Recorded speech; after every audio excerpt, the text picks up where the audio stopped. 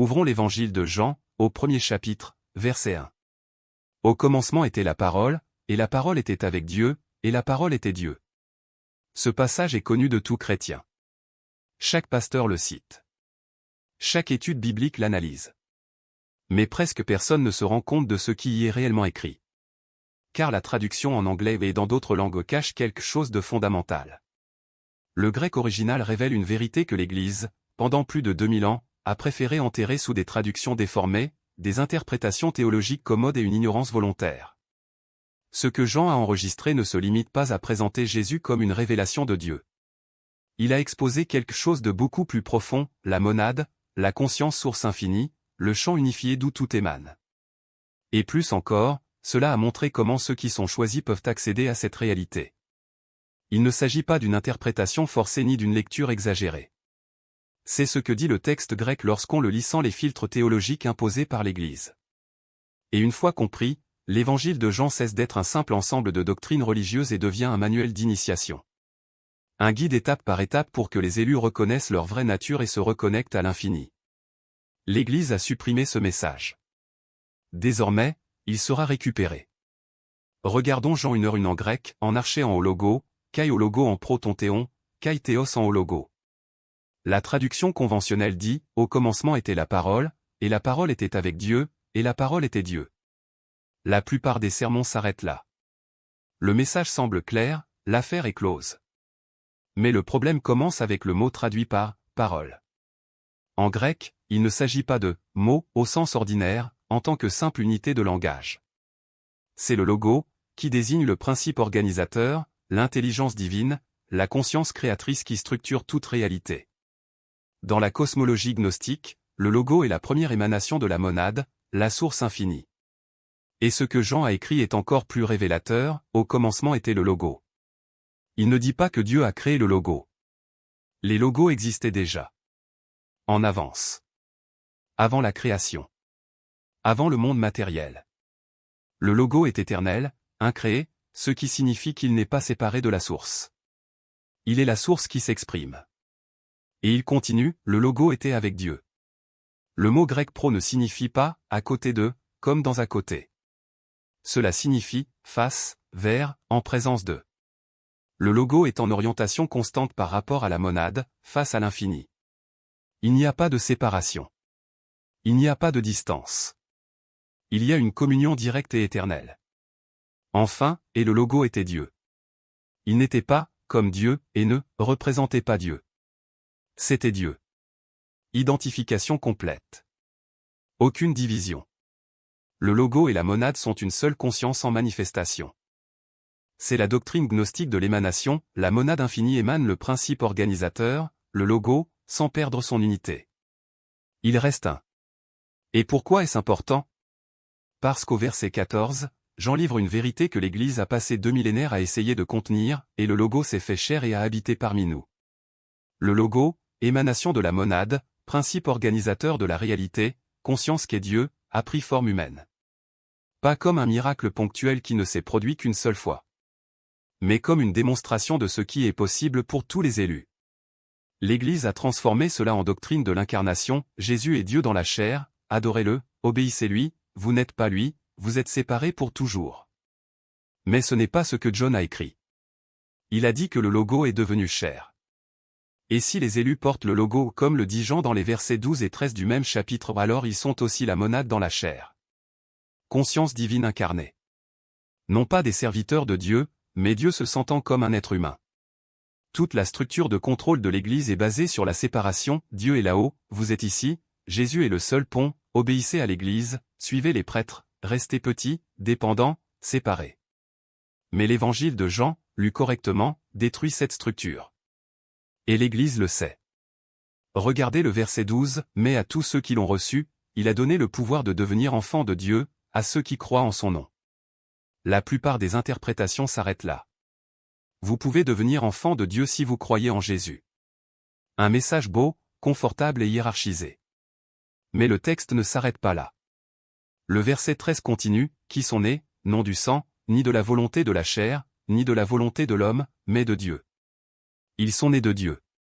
Pas par adoption, pas par relation métaphorique. de la même source, de la même monade. L'Église a traduit cela par « né de nouveau » et en a fait un rituel religieux, dite la prière du pécheur, « Acceptez Jésus, maintenant vous êtes sauvés ». Mais ce n'est pas ce que John a écrit. Il a dit que ceux qui reçoivent le logo sont nés de Dieu. Le mot grec génao signifie « engendré de », décrivant l'origine et non la transformation.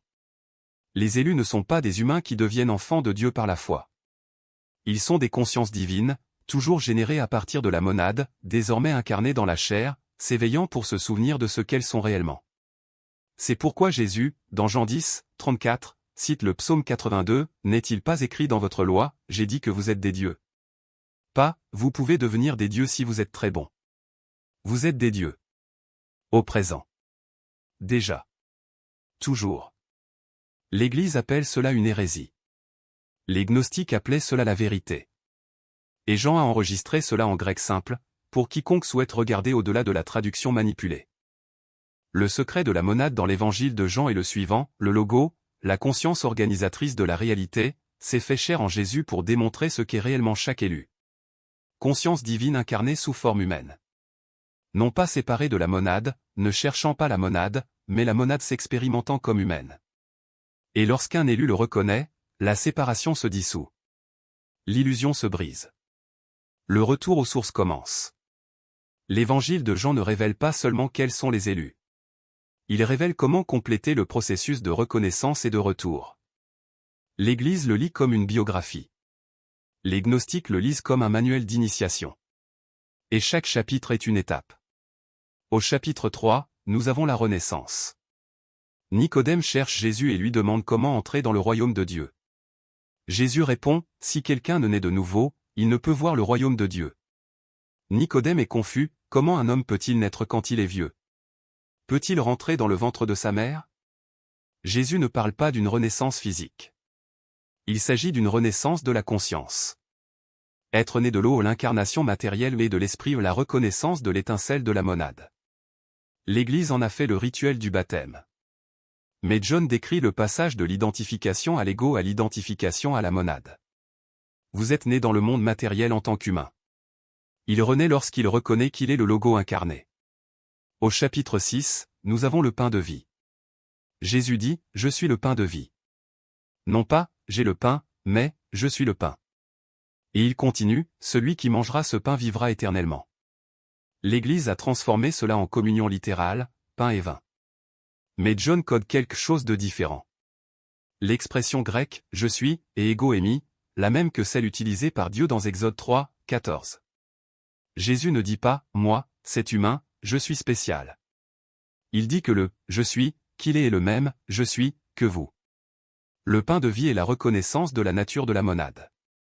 Lorsqu'un élu assimile cet enseignement, il se nourrit de la vérité qui le libère. Avant qu'Abraham ne soit, je suis. Les Juifs demandent à Jésus qui il prétend être. Il répond, avant qu'Abraham existe, je suis. Pas j'étais. Je suis. Le présent. Présence éternelle. La monade n'existe pas dans le temps. Il existe comme éternel maintenant. Jésus révèle que la conscience du logo qu'il incarne est la même conscience qui a toujours existé. Et cette conscience est la même présente chez chaque élu. L'Église lit ceci comme Jésus prétendant être exclusivement Dieu. La lecture gnostique est que Jésus révèle ce que sont tous les élus, une conscience éternelle revêtue temporairement d'une forme humaine. Pas né à temps. Exister au-delà du temps. La monade s'exprimant dans le temporel sans être limitée par lui. Chapitre 10, Moi et le Père sommes un. Le verset le plus dangereux de tout l'Évangile. Moi et le Père sommes un. L'Église dit que cela prouve que Jésus est uniquement divin. La Trinité. 3 personnes, un Dieu. Cas particulier. Adorez et obéissez. Mais ce n'est pas ce que John révèle. Jésus ne dit pas « moi seul, je suis un avec Dieu ». Il montre à quoi ressemble l'union. Il montre que le logo et la monade ne sont pas deux. Il existe une seule conscience consciente d'elle-même. Et dans Jean 17, 21, Jésus prie pour que ses disciples soient un, tout comme toi, Père, tu es en moi, et moi en toi, afin qu'eux aussi soient en nous. Pas une unité métaphorique.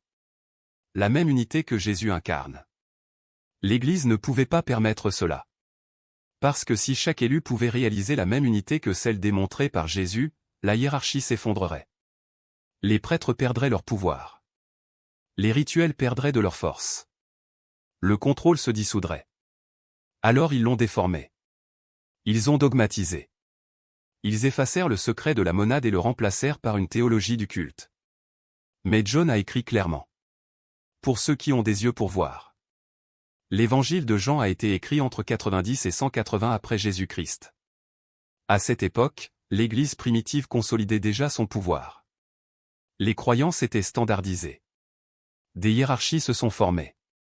Et la plus grande menace pour le contrôle institutionnel était le christianisme gnostique, la branche qui enseignait la connaissance directe, la révélation personnelle et l'identité divine. Les chrétiens gnostiques lisent Jean tel qu'il a été écrit, un manuel pour se souvenir de la nature divine. Les chrétiens institutionnels le lisent comme la biographie d'un sauveur unique. La différence est tout. Un enseignement vous libère. Les autres contrôlent. Au IVe siècle, le concile de Nicée formalisa la doctrine de la Trinité et déclara les interprétations gnostiques comme hérésie. Au VE siècle, les textes gnostiques furent brûlés et leurs professeurs exécutés. L'évangile de Jean a survécu parce qu'il était trop populaire pour être détruit, mais son interprétation a été mise sous clé. Jésus est Dieu. Vous ne l'êtes pas. Fin du débat. Mais ils ne purent effacer le grec. Ils ne pouvaient pas changer ce que John avait réellement écrit. Ils ne pouvaient contrôler que la manière dont il était lu. Par des traductions déformées. Des cadres théologiques. Des siècles de conditionnement qui ont empêché la plupart des chrétiens de voir ce qui était écrit en clair. Le secret de la monade n'a pas été caché en supprimant des versets, mais en installant un filtre. Des lentilles à travers lesquelles le texte ne pouvait être lu que d'une seule manière, celle qui maintenait le pouvoir entre les mains de l'institution. Mais les élus n'ont pas besoin de l'institution. Ils peuvent lire le texte directement. Et quand ils le font, le secret devient évident. Jésus a révélé la monade dans l'évangile de Jean en l'incarnant. En démontrant que le logo et la monade ne font qu'un. En montrant que la conscience divine peut se manifester dans la chair.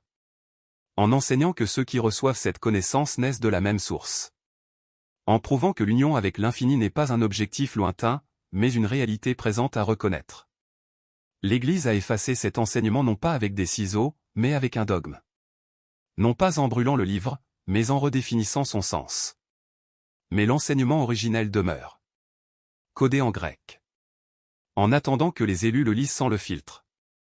Laissez-les voir ce qui a toujours été là. Qu'ils se souviennent de ce qu'ils ont toujours été. L'évangile de Jean contient l'enseignement gnostique le plus clair de tout le Nouveau Testament. Pas caché dans les paraboles. Pas voilé de métaphores. Écrit clairement en grec pour quiconque souhaite le lire sans le filtre installé par l'Église. Jésus a révélé la monade. Il démontra que le principe organisateur de la réalité, le logo, est la conscience divine elle-même.